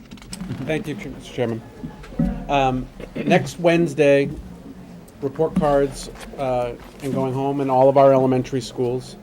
And Mr. Sawyer, if we could just wait till the room quiets down. Sure. It's a fairly important topic that the community would like to hear about, and the committee for that matter. Thank you, Mr. Sawyer. Next Wednesday, report cards are going home in our elementary schools. They will be a different report card than we've seen in the past number of years. And I wanted to inform the committee as to what the changes were and why. The change was prompted by the fact that the state, as I affectionately like to call it, DESE, has informed us about a year ago that this spring they would be requiring that we report elementary grades on students. This is a practice that they already do with our secondary students, both middle and high school students. Their grades are reported to the state as part of the information that we send at the end of the year. We don't do that currently, or haven't done that with elementary students because, one, the nature of elementary education, and two, the fact that many districts like Attleboro have a standards-based report card, and I don't think the state quite knew what to do with that fact that it's not just something you can reduce to a number. But anyways, they warned us that in the spring of 2015 they would be requiring that we submit grades. Last year I said that we were going to have to. So I'm getting ahead of myself. This requires that we put the report card in Aspen, just like the rest of the data that we submit. It has, we submit everything from Aspen, which means that we're going to have to put grades into Aspen. So that meant that the elementary report card was going to have to follow what the other levels had already done and put their report card into Aspen. Last year, when I informed everybody that we needed to do this, I made the point that I don't have a lot of faith in what the state claims it's going to do. They often bite off more than they can chew. And lo and behold, here we are in December, and I'm told that although they are still claiming that they're going to ask us to submit that data this spring, no information on how that's going to work has been provided, and there are lots of doubts about whether or not they're going to be able to pull off this threat. But anyways, we have a responsibility to be prepared for that. So we needed to put our report card in Aspen. In my experience, I don't know a single person who would really defend the report card that we've had for the last number of years. I know that there are many parents who have concerns about the report card. I know many educators who were frustrated with the report card. So given that no one loved the report card that we had, I didn't think that we should just put it in Aspen and be done with it. I thought we should take this moment to reflect on what we have and try to revise it to improve some of the concerns.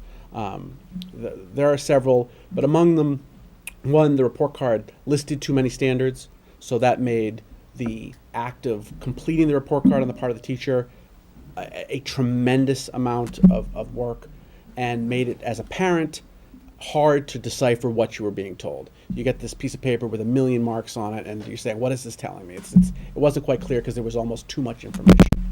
Another concern was the rating system. We had a letter system with P's and E's and other letters. People said, I don't know what these letters mean.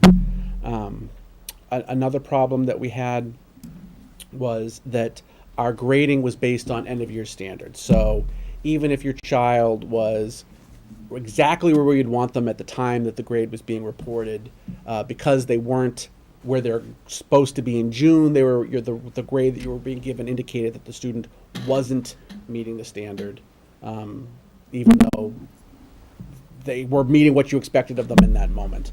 And then another issue was that for some special education students, the way we graded things in the old system precluded their ability to get a proficient grade. The way that grading system worked, just by virtue of getting a modified curriculum, you couldn't get a meeting the standard grade. So we had all these concerns about the old report cards. Just out of curiosity, what was the upside to this report card? Was there an upside, or? I think it was I wasn't involved in making it, and I don't know who did, so I don't want to hurt his feelings. Mr. Larson is the take on the role. I mean, having gone through 12 years of elementary school with my kids, or 12, the only time that report card was valid was at the end of the year. Mm-hmm. Yeah. That's it. And at that point, it was over. So cumulative. Like, so it would tell you how you ended, but there's no time to fix anything if anybody needs to work on anything. So, I mean, I remember the first time I got it as a parent, and my wife is an educator, a high school teacher. The two of us looked at the report card and said, "I don't know what this means." And we figured I figured if the two of us weren't quite sure, it sounds great for your sons. It sounds Yeah, like if they picked up on that. You've met them, so you know how it's working out for them. So, anyways, what were the benefits? I think the district was, as it always is, trying to stay ahead of things. I think it was a very good first try at a standards-based approach. We've learned a lot of lessons, and this is an attempt to capitalize on what we've learned. So I provided you a copy. I think your copy is a second grade copy. We've reduced the number of standards so that the report card is more manageable. We created a rating system that was based on a 4-point scale, and we tied that scale to term-specific benchmarks. So you can get, you're graded on being where you're supposed to be at the time of the grading period. Now, the benefit of that is that if you're on track, you're going to get a good grade, whereas before you were marked down. But that also means that students can, in the first term, be on track, but then slip and have their grade go down, which was less common in the old system. So that's going to be an adjustment for parents in the second marking period. But for next Wednesday, I think people will be very happy to see that they're being graded on how their student's doing at the time, and with a number system that makes more sense to them. And again, special ed students, based on the way we did the grading system, can actually score well regardless of whether they're dealing with a modified curriculum. Again, less information, which is more tailored to what people really need to know about their students' performance. So these are the revisions we made. The plan was to put this out there, try it out, and then collect feedback from both parents and teachers over the course of this year, and then continue to make revisions. I think as a district we need to get away from the old approach, which is that we take something like the report card and we make decisions about it, and then we etch those decisions into stone as if we're going to make a monument to our educational wisdom. Those monuments always get torn down. We need to be more flexible. Some of them stay up like open classrooms. You can't tear them down, but You can't. that's Well, okay. you can build flimsy walls in the middle of them if you're pushed to. So we need to, we need to be more flexible. We need to be more responsive to our judgment about how things have changed and what we now know better than what we did the last time we made a decision. So we're going to take a look at this report card, see how it goes, and see how people feel about it, and make adjustments to it. But so far, the feedback internally has been very positive that this is addressing a lot of the concerns we had about our report card. Sure. Questions, comments, Mr. Storrs? First of all, thank you. For many years, this has been something that has bothered me to no end. What I was told 4 years ago was it would hurt students' feelings if they had lower grades. So by having a letter associated with meeting or working towards meeting, it wouldn't hurt their feelings. But thank you very much. And the only question I have is, as far as the grades, is it a numerical or is it a alpha? It's numeric. It's a 4-point scale. Thank you. Mrs. Tyler? Yes, thank you, Mr. Sawyer. I think it's just a very simple thing of less can be more, and this is exactly what this is to me.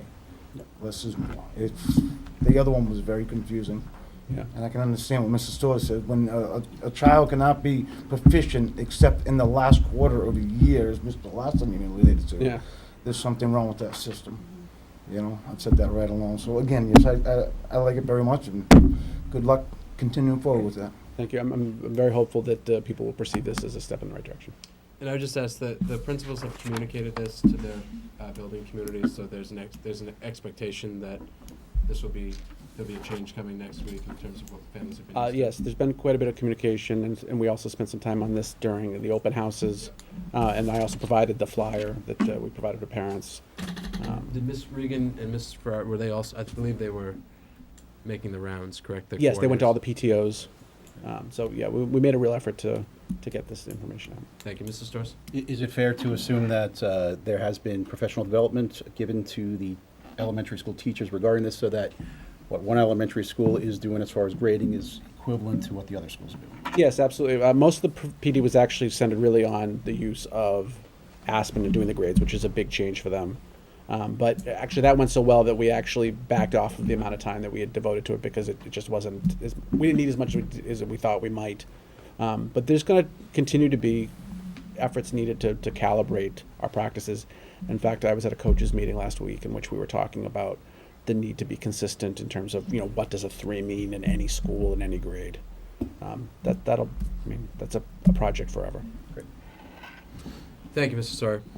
I believe the next item on the agenda, also related, was also in the memo that was circulated to the committee with regard to the accelerated mathematics program at the middle school level.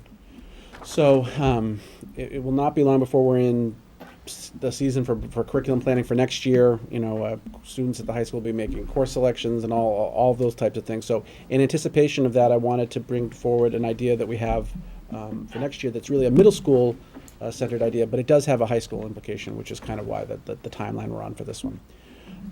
We have an accelerated math program in which some of our students in 7th and 8th grade take the 9th grade curriculum so that they can skip to geometry when they arrive in 9th grade. So that's accelerated math, the way that works is that they, in 7th grade, take the entire 7th grade curriculum and part of the, they do the 7th grade and the 8th grade so that they can get ahead in the curriculum. So the problem, this is good for kids. This is what, these students are the ones that are on track for calculus. And they, these are our top math students. The problem, one of the problems that we're having with the program is that the selection process is done in 6th grade. So it's a 7th and 8th grade program. But if you don't take it you can't jump into it in 8th grade, because if you take 7th grade, the regular 7th grade curriculum, you don't have what you need, the prerequisites to be able to jump into the 8th grade class. So in 6th grade, we're selecting students for this program based on their scores on our common assessments, how their grades are in class. There's a whole selection criteria.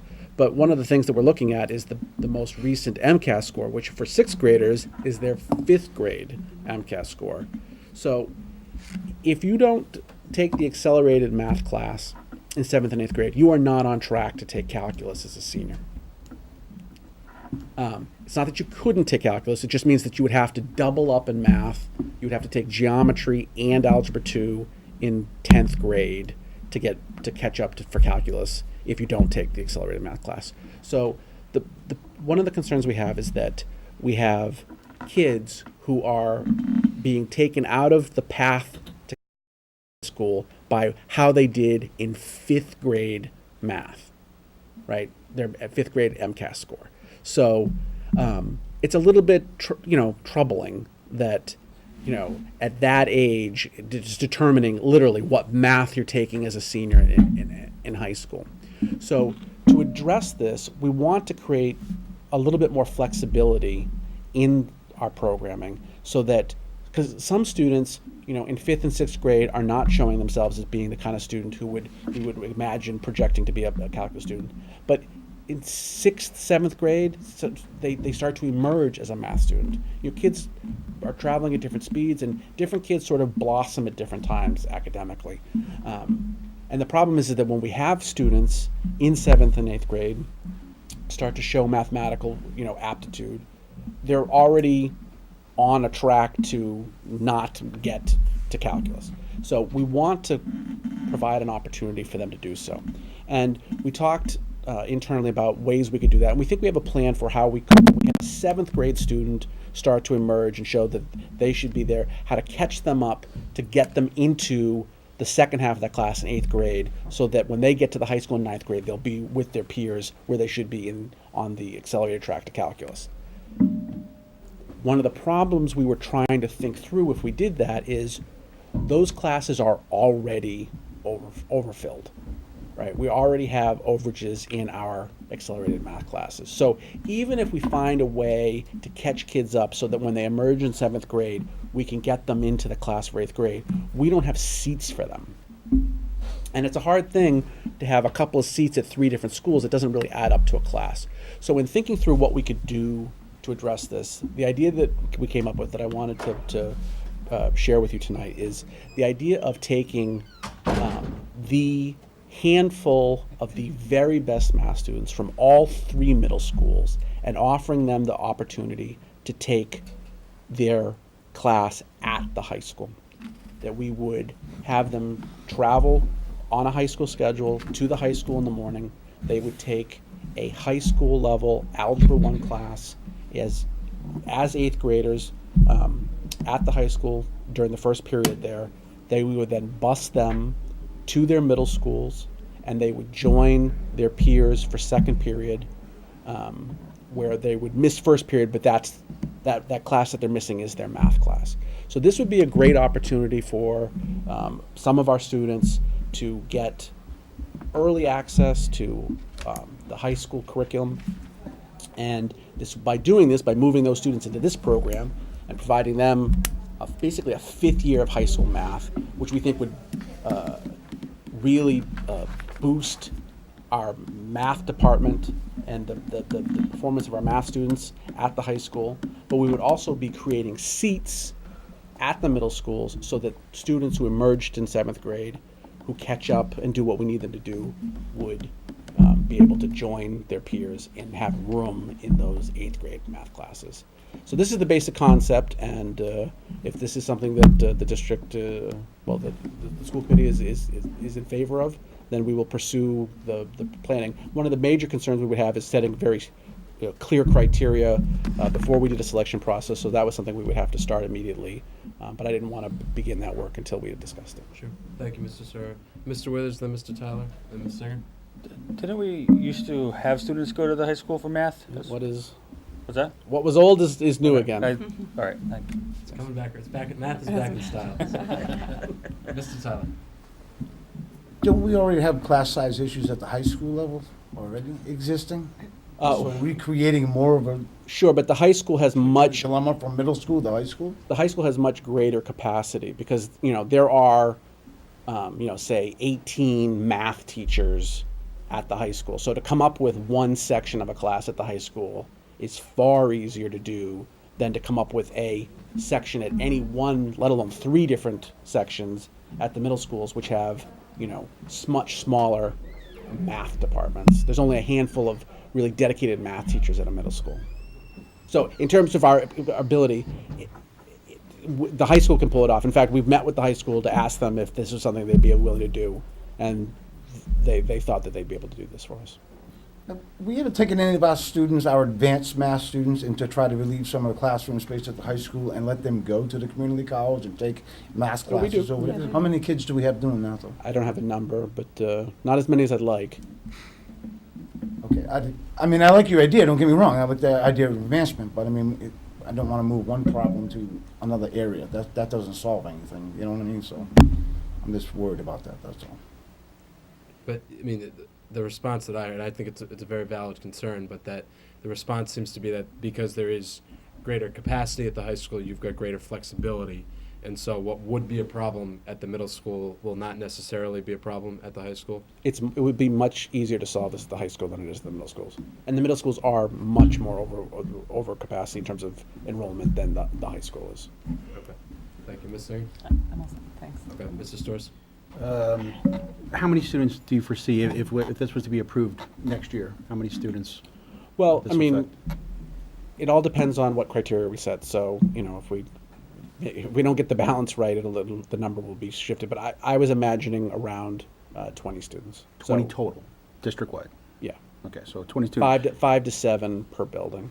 And what time would those students be coming to the high school? So they would take theoretically the bus to the high school bus. And be on the bus with the high schoolers. High schoolers. Mr. Larson. I think from a space point of view, and if we can do it, we should do it. I mean, it makes perfect sense. My only, I share the concern about, the capacity for the classroom space, but it makes sense. I mean, you've got the most flexibility in this building, so. Mrs. Scales. Well, I was just thinking as far as the transportation from the high school to the middle schools, would that be provided by like the vendor, or could that something we could be doing in-house for that small amount of students? I believe the vendor would take care of it. I think we have the capacity for that within the transportation budget as it is. Any other questions or comments, Mrs. Storrs? So, I mean, it's adding additional runs during that period, during that time.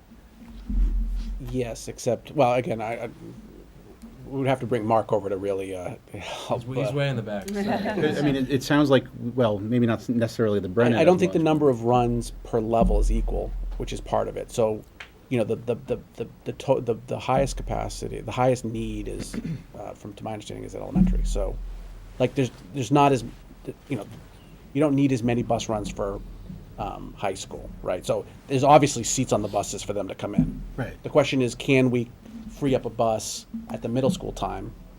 But it wouldn't be the middle school time, would it? It'd be overlapping. Yeah. That's what I'm trying to get at. I don't know, but before we go any further in this conversation, don't have to do that as tonight. Mr. Withers pointed out, this is something the district did for a long time. Many students benefited from it, and I want to point something else out here. We're talking about an educational decision at this point, and we always talk about the very delicate balance that needs to be struck in an organization that enjoys, for the most part, I think enjoys shared governance between professional educators and civilian overseers. And while there are always decisions that we have to make that have educational implications, I think we want to tread very, very carefully in terms of making a decision on a budget that hasn't been created yet that will have consequences for the type of math that students take. I don't know what type of math, where you should set the criteria. I suspect that you, your math coordinator, and the math teachers can set that line in a way that's appropriate. And when you do set that line, you'll be able to tell us if there is, in fact, a cost to it. But before we jump to any assumptions about decisions that are going to result in a student potentially being exposed to a less rigorous math curriculum than he or she should at that point, and particularly because Mr. Legg might be watching, I think we should just tread very, very carefully. I think what I would suggest at this point is that a motion for the administration to proceed and to brief us if there are any challenges that come up that are unexpected. If this turns out that it's going to cost us a couple $1 million, then we may have to get them a math tutor. Okay, which hopefully would be cheaper. But I just want to be very, very careful that we understand that we know what our budget numbers are. I don't know if anyone here is qualified to determine what type of math an 8th grader should be taking. Please let me know, but I, for one, am not. So moved. Well, if I could respond to this. I mean, if we get a second, I'll entertain the discussion. Is there a second for the motion? Second. Thank you. Mrs. Storrs? and I absolutely agree, ultimately, we want our students challenged, and this is a way to do that. But it's, I find it difficult for this committee to make decisions without having all the information, and the financial aspect is a piece of that information. It's one thing to say, go forward and get that information for us. It's another thing to say, yep, do it without knowing. Yeah, I agree, and that's why right now the motion is for the administration to proceed in the development of this program. And if it turns out that there's something that is disproportionately burdensome in a way that we can't proceed responsibly, it's the expectation of this committee that the administration will let the committee know that, and we'll then make the appropriate decision. Mr. Withers? Yeah, I mean, I think we're overthinking this way too much. I mean, to me, this is as close of a no-brainer as we get on this committee. If the administration is saying we have a way to get 20 kids better educational experience and they can handle it, and we're worried about how they're going to get the bus runs back to the middle school, hypothetically when this goes into effect, we're going too far. I mean, that's not what we're here for. I mean, this is I don't know, this is an easy one to me. I don't think we should think too hard on it. Any other questions? Mr. Tyler?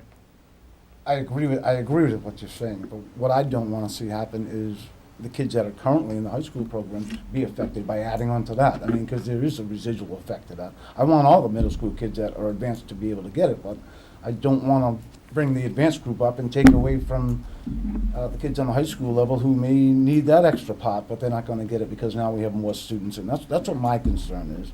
And I understand where you're coming from, but again, I have no problem with the motion, Mr. Chairman, but again, to the administration, I want it to be fully transparent about what the effects are of this. I think it's a good point, and what Mr. Tyler has correctly identified is some of the information the committee is going to need when this issue is presented to us again.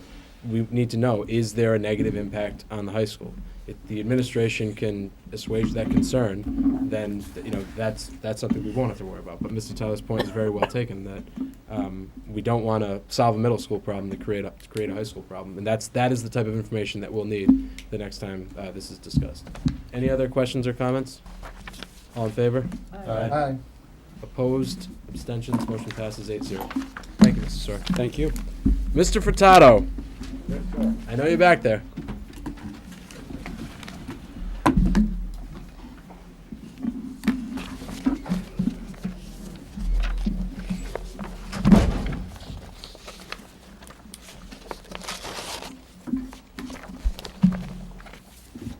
Did you peek at the clock, Mr. Furtado? No. No, you would. The artwork.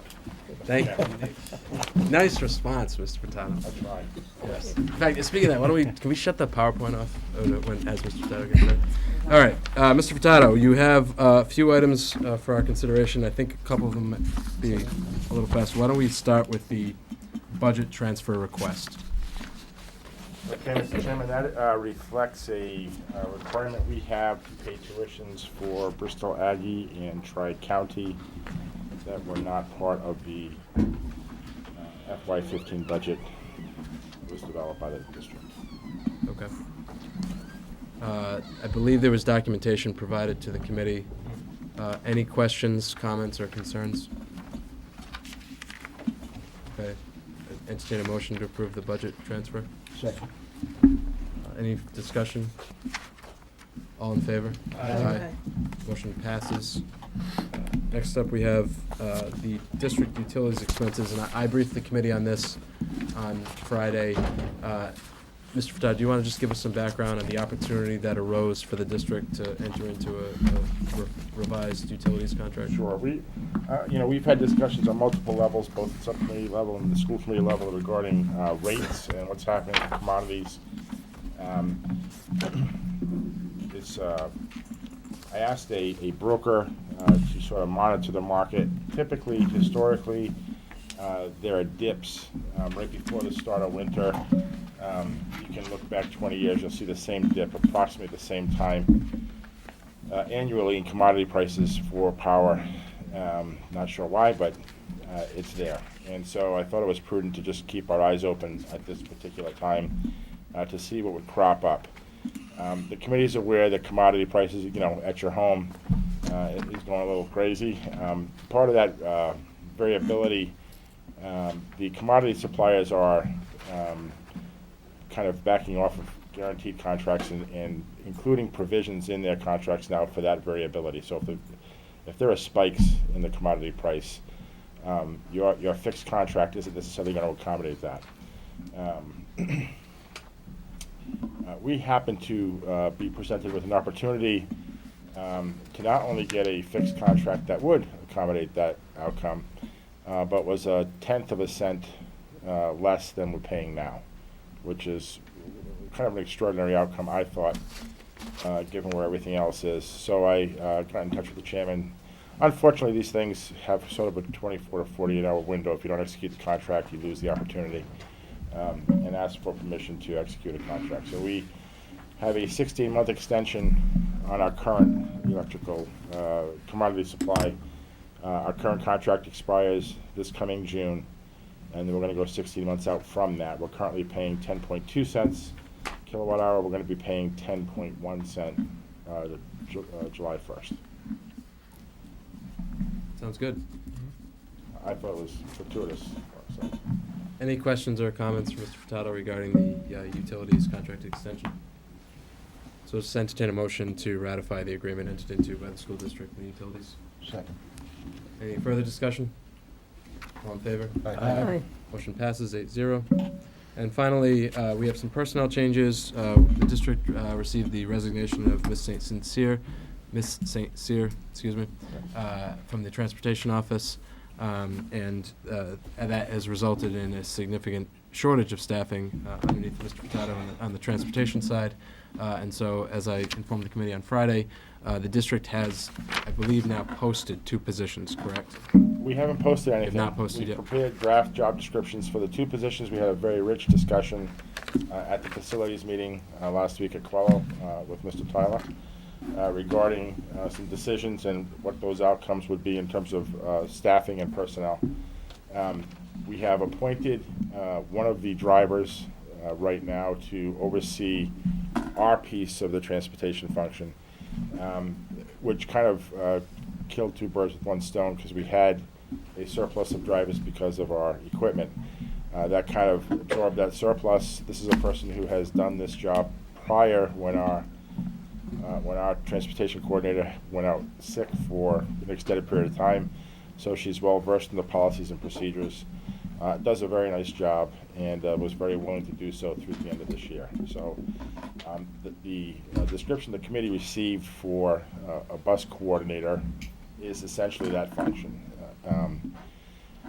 The second component is much more difficult. That's the person that we had envisioned coming in and taking over transportation, which this committee has tried, over the last few months. That's the position we'd actually like to post with the committee's approval. We would like to get somebody here on an interim basis until the position could be filled, if the committee's approval as well. Sure. So the draft descriptions have been included in the committee's packet. There is an urgency to this. Obviously, the 4,000 students who are transported are not going to become walkers until we get our situation resolved. It may be the case that we want to make some amendments later on to the job descriptions, but I think right now, just a vote to endorse the administration's plan to fill these two positions, I think would be the most prudent move. Any questions or comments from the committee? Okay, just a motion, I'm sorry. Well, again, for the committee's benefit, we're gonna hold off on the halftime position until Okay. some decisions are made as to how we Sure. want transportation to look, but we would certainly like the operations. So right now, person you in. just want the operations, so just a motion to approve the appointment of the operations manager. So moved. Second. Any further discussion? All in favor? Aye. Motion passes. Thank you. Thank you, Mr. Furtado. Our final item on the business agenda is the school committee calendar for 2015, the first half of 2015. I circulated the proposed dates for Friday, on Friday. And the subcommittee schedule, because I was still checking with the subcommittee chairs, and I've heard from just about everyone, but if there are any issues or comments, we can take them now. Again, all these dates are subject to change. We try to keep the full meetings as consistent as we can. The subcommittees meet as business demands and as schedules allow. So, anyone have any questions or comments? I only had one question. Sure. I know normally curriculum, we meet on Tuesday, Wednesday, whatever it is. I noticed that January 5th was a Monday. Is that correct? And again, if the subcommittee chair, feel free to discuss with your subcommittee chairs if you want to make any changes to that. I just would like to get it up on the calendar so people are curious. And I know the administration has presentations they want to make, so we wanted to give them as much lead time as we could so they can plan for those. Motion to accept as presented. Second. Any further discussion? All in favor? Aye. Motion passes. Okay, infrastructure and facilities with Mr. Tyler.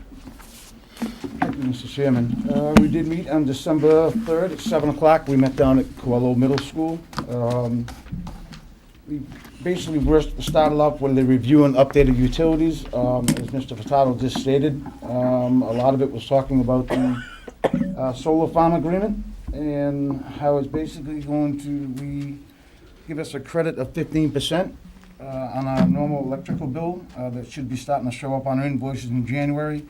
And we kind of figure the savings of this are going to be anywhere between $35,000 and $75,000 a year. So that's extremely good news.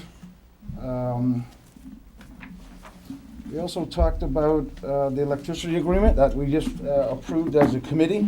I think we kind of talked electricity to death. And then the next subject we got on was transportation. This one probably took up the most of our time. I think as the committee knows, we had a very rough school opening. We didn't have a rough school opening. The classrooms, the teachers, and everything like that was ready. Our transportation was a total failure. And we talked as a committee about not allowing that to happen again. It can't happen again. But there's a lot of logistics involved in transportation, as we talk about, and probably get sick of talking about. And we felt we needed to instruct, we did instruct as a committee, I believe, probably in late September or October, I believe, to look at the whole transportation structure. And I think even that's part of the presentation Mr. Furtado made tonight. They gave us a lot of background on what they found out, how things happened, how they came about, and they are suggesting some structural changes to transportation. And we agreed as a committee that we should be making a recommendation, but along with that recommendation, we would have to have a couple of policies looked at. So those would have to go to Mr. Withers' policy group. And the motion was made and seconded to recommend to the full school committee changes to our current transportation structure. This motion will also require the policy subcommittee to review and rework the existing language and policy EEA and EEA/E in regards to fee-for-service transportation. Again, this is only the start of something, but when I say start of something, we are in the second week of December. And we're going to have a lot coming with the budget and stuff like that coming on. So I'd like to ask the chairman and Mr. Withers if we can't try to expedite getting those into policy so they can hear the administration's recommendations about changes that we have to make, so we do not have the school opening transportation like we had last year. I'll second the motion. Okay. Thank you, Mr. Lassen. So I'll now open up the discussion, if anybody wants to have a discussion on that, and I'm sure Mark could answer many questions if I couldn't, but we spent a lot of time on it. Could you read it into record one more time, please? What's that, John? The motion, could you read it into record, please? Read it again? Please. Sure. Make a motion of full committee to change our current transportation structure. This motion will also require the policy subcommittee to review and rework the existing language in policy EEA and EEA/E in regards to fee-for-service transportation. So just to clarify, I mean, it's referring the matter to the policy subcommittee, and I think Exactly what it's- I would echo Mr. Tyler's comments that the policy subcommittee will have to take this up expeditiously in the new year. Yes, the changes that the administration are recommending at this time require this next step before we as a committee can go any further. We can't keep putting the cart before the horse. Right. That's good. All those in favor? Aye. Opposed? Motion passes. Thank you. Can I ask a question? Our next policy subcommittee meeting is February 2nd. Is this something that requires more quicker treatment than that? Or should we convene this policy subcommittee in January to address this? We'll relay that to the administration. Absolutely. Yes? Okay. Yeah, I mean, I think it depends on where the recommendation is on February 2nd.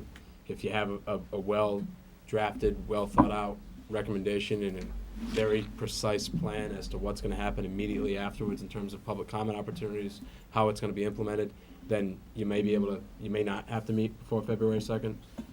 But if there's going to be any type of discussion, if the administration needs any additional guidance, then yes, you'll need to meet beforehand. But we can touch base about that. Seriously. You got to be there too, so. You're on that. I'll be there. The last part is Mark gave us an update on copiers. I think, as you know, the district copiers are really having some hard times, and we're looking avenues to replace those a little bit at a time. I don't think it's all going to be one whack. And the last thing we had, I should add that earlier, is our facilities manager, Jason Parento, gave us a great presentation of all our schools, what the needs are, our problems moving forward. And I think what the most we got out of that is making sure that the administration gets in touch with the city and prioritizes those correctly on our capital improvements for the city part of it. I mean, we have roof issues that supersede other issues. And then he gave us a nice walking tour of Puello and actually showed us things about the building I never even knew. But again, Jason's a very smart, well-educated guy. We appreciate that. And that, Mr. Chairman, is my report. Thank you, Mr. Tyler. Policy Subcommittee report, Mr. Withers. Thank you, Mr. Murphy. We had a long and lengthy meeting on December 1st, consisting of one item, which we were actually out of here in probably record time. It was discussing, again, the new critical incident policy that we've been discussing for some time now. You have the proposed critical incident policy in your materials, and what this policy does really is it's kind of a general, almost mission statement isn't right, but it defines some terms. It sets forth what the goals of the district are and how we'll respond, and meaning how we'll proceed as to like our goals, what we need to accomplish in each such critical incident. And it also references the superintendent's school safety and emergency response procedure and protocol plan, which the superintendent will now be tasked with putting together and making sure that the staff and people in the building are familiar with. As we know, the superintendent's been working on, and he'll present.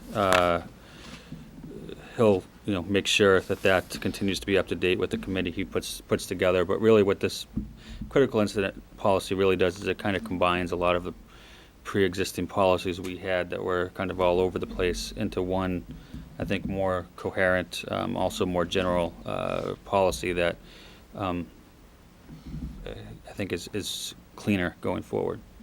So what we voted for was to bring it to the full committee with our recommendation to approve this new critical incident policy with a policy designation number to be determined. So moved. Do you have a second? Second. Any discussion? I just noted one tense on the bottom of the first page, second page? First page, bottom of the first page. I think it should just be relate. Minimal, but figured I'd point it out now. Okay. No objections. Mr. Tyler? No, just as Oh. I shared with the subcommittee that night, I think it's a pretty well-written policy for the subject, and I just pray to God we never have to implement it in any way, shape, or form.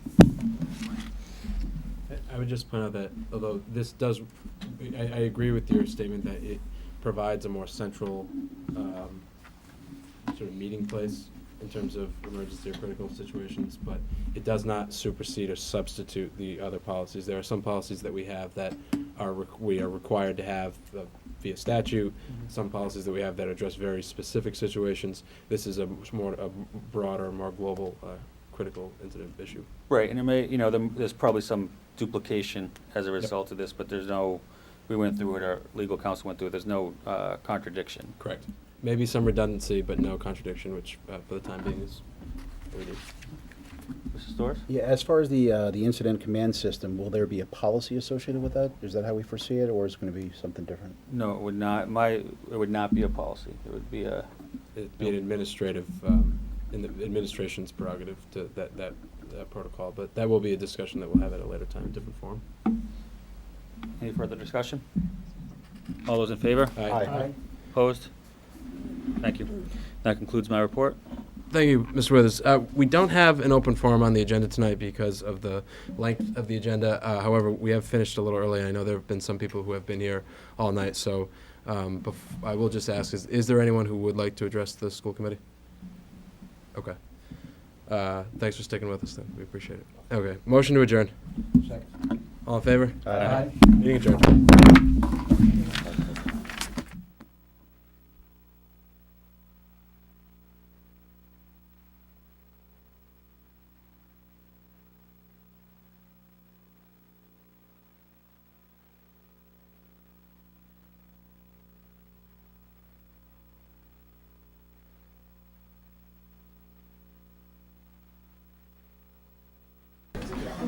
I was